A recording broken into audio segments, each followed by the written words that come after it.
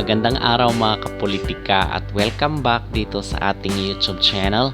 In this video ay ating pag-uusapan itong mga isyu ngayon na kumakalat na kung saan balak umano na kumuha ng Team Alas na mga players dito sa PVL. At ngayon as we speak ay mabango daw sa kanila itong mga players ng Creamline Co-Smasher na kunin para dito mag-contribute sa ating national team sa Team Alas. Pero bago ang lahat ay huwag kalimutang mag-like at mag-subscribe muna kayo dito sa ating YouTube channel para updated kayo dito sa ating mga latest valuable issue. So mga kapolitika, meron pong mga kumakalat ngayon na post at mga pinag-uusapan online itong pagkuha umano ng mga players ng national team dito sa Creamline Co-Smasher. Kasi sila nga daw yung champion dito sa kakatapos na PVL reinforcement at the same time dito sa PVL Invitational, and in fact nag Grand Slam pa nga itong Creamline.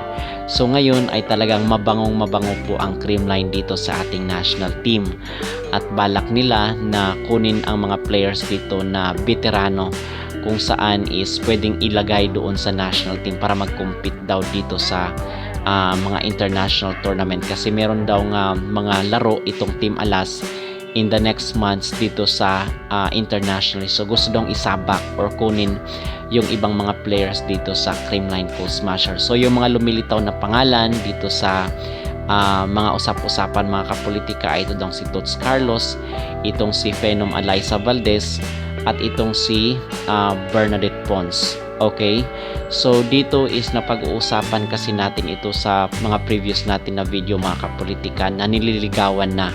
Okay, at meron ng mga pronouncement itong si Coach De Brito na baka kukunin niya itong si Alyssa Valdez.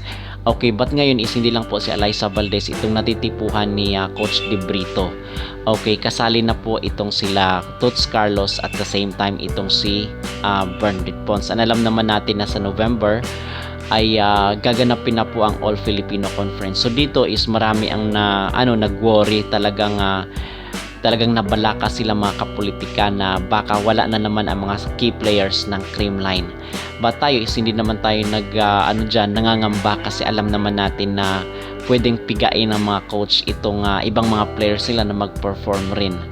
Okay, so napag-usapan natin na baka wala itong si Gumabaw kasi dahil sa kanyang personal na reason at personal na commitment baka magpapakasal na itong si Gumabaw. So dito na lang is ang inaasahan talaga natin sila Alyssa Valdez, sila Tots Carlos at itong si Pons.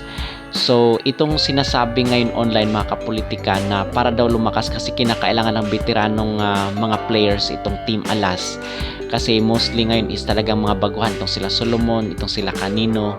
So mga baguhan, so kinakailangan daw ng veteranong na magli-lead ng team.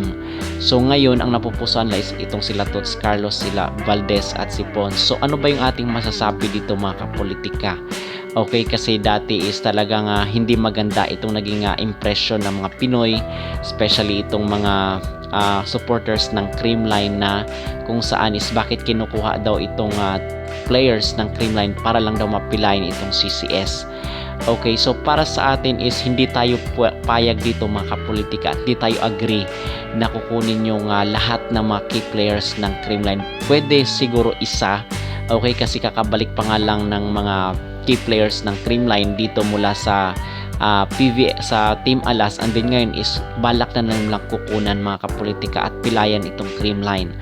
Well, siguro tayo is pwedeng isa na player lang na kukunin dito sa CCS, but hindi naman to the point na lahat ng key players ay doon itatambak sa Team Alas. So hindi tayo payag dyan mga kapolitika kasi unfair naman po yun sa CCS na parang talagang gusto na lang talaga na matalo itong CCS, kasi nga pag andyan yung kailang mga key players ay malabo na matalo itong CCS. So kinakailangan na kunin lahat ng mga players para wala na talagang mag-perform at wala nang talagang magbigay ng puntos dito sa kailang team. So parang unfair yun at hindi patas yun.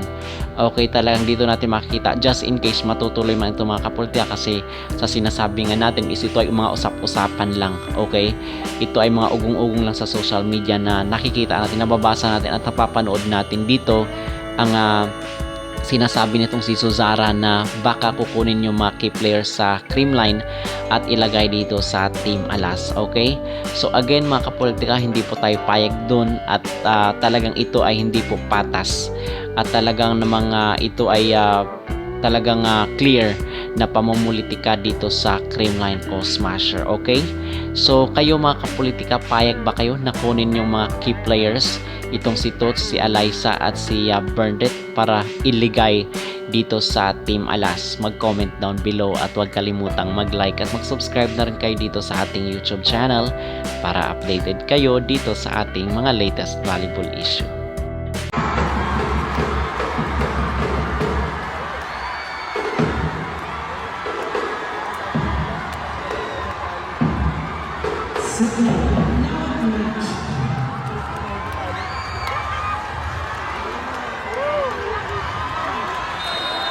So with the match, team captain, Seth Marina.